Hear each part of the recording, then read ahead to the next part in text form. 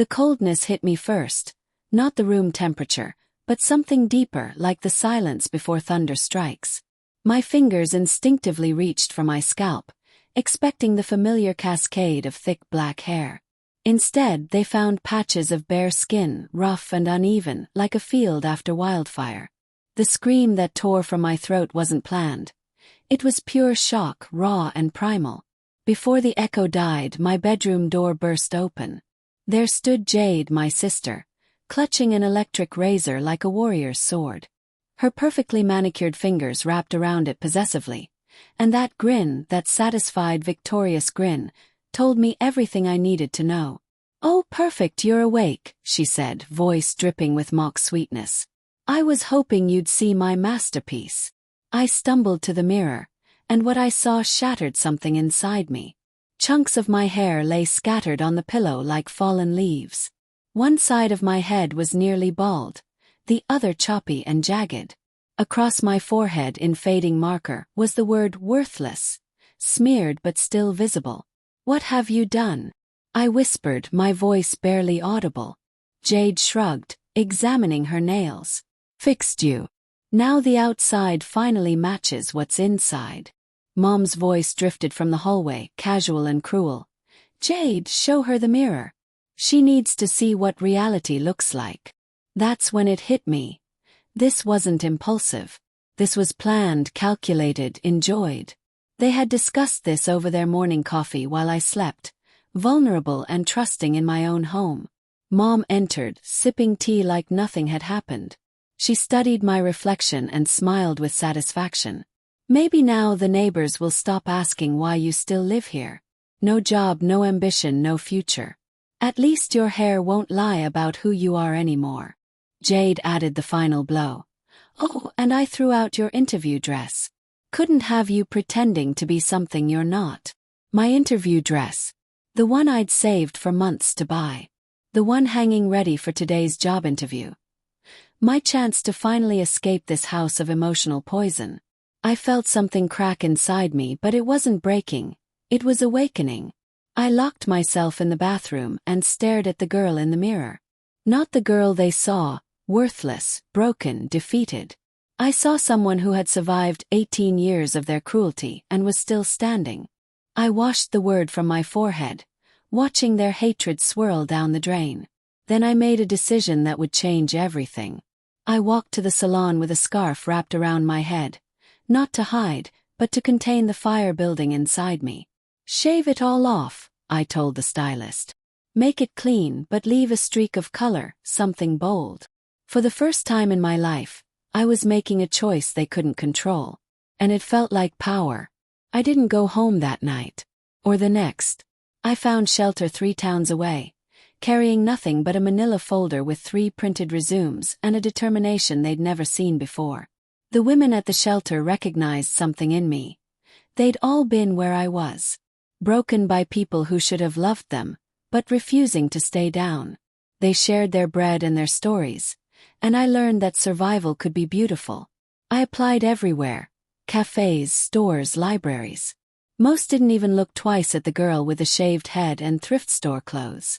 Until I met Claire. Claire owned a small bookstore near the old train station. When she asked about my favorite book, I said, "The Bluest Eye by Toni Morrison." She smiled and said, "Mine too." I was hired that afternoon. Claire never asked about my hair or why I flinched when voices were raised. She just handed me keys and said, "Lock up when you're done. Leave the lights low, makes the pages glow." Those words held more kindness than I'd heard in years. My first paycheck bought me a cheap phone. I told myself I wouldn't check their social media, but curiosity won. What I found made my blood freeze and boil simultaneously. Jade was viral. Not for anything meaningful but for mocking me. She'd recreated the night she cut my hair, posting TikToks with captions like, "When your sister's life is already trash, so you just take out the garbage." 200,000 views. Comments laughing at my pain.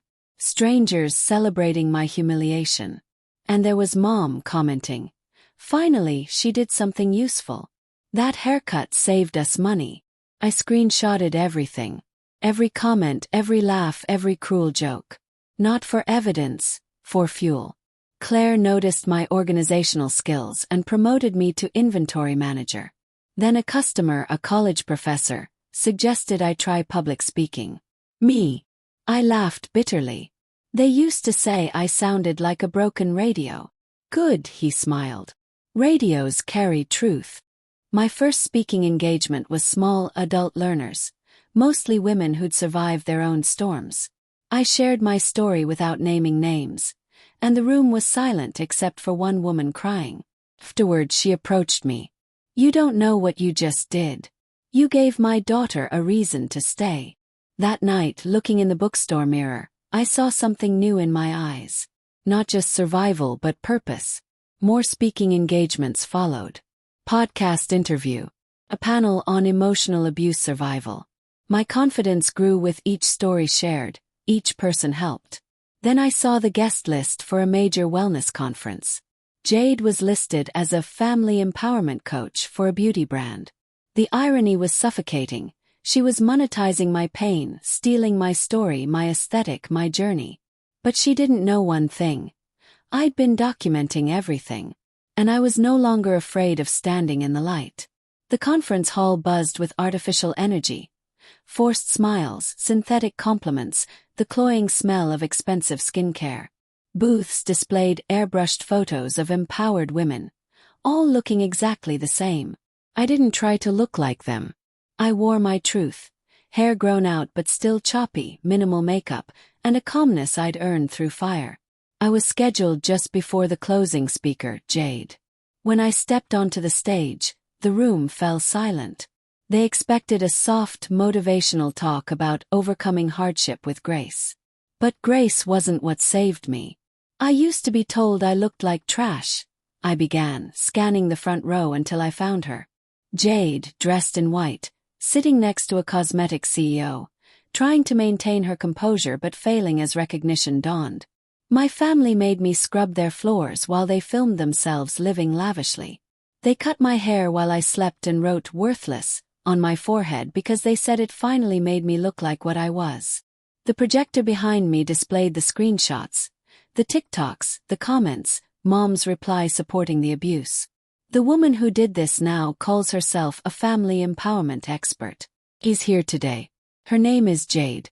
Perhaps she'd like to explain how abuse becomes marketable when the victim disappears. A woman in the audience stood, the podcast host who'd invited me. Is this true? Jade rose slowly, her composure cracking. That was years ago. He's just bitter. You don't know what she was like, dash. No, I interrupted, my voice steady and clear. But I know what you were like because I lived it. I scrubbed your floors while you filmed content. I starved while you fed steak to your dog. The room shifted. Not polite interest anymore, but disgust, recognition, understanding. I looked at the organizer. You invited me to speak about healing. But healing doesn't mean forgetting. It means naming it, owning it, and letting those who hurt you watch you walk away without looking back. I paused, feeling the weight of my words settle over the room like a blanket. And that's exactly what I'm going to do.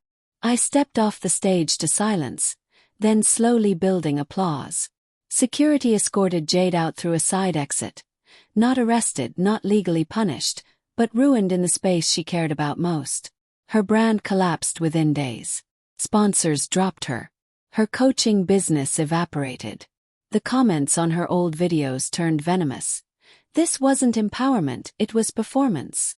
She abused her sister and called it content. She tried to rebuild with new videos, fake apologies, damage control. But I never responded. I didn't need to engage because I'd already won. I opened Chapter 1. A quiet reading space where abuse survivors could exist without shame. Tea, books, understanding, and zero judgment. On the wall hangs a framed photo from that conference stage.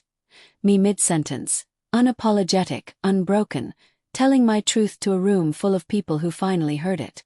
Every time a girl walks in with tears in her eyes and damaged hair hidden under a hood, I tell her, "You're not trash. You're just the part of the story they didn't want written." And I mean it because I lived it. I survived it. And I turned their cruelty into my crown, one truth at a time. They thought cutting my hair would cut my wings. Instead, it taught me to fly.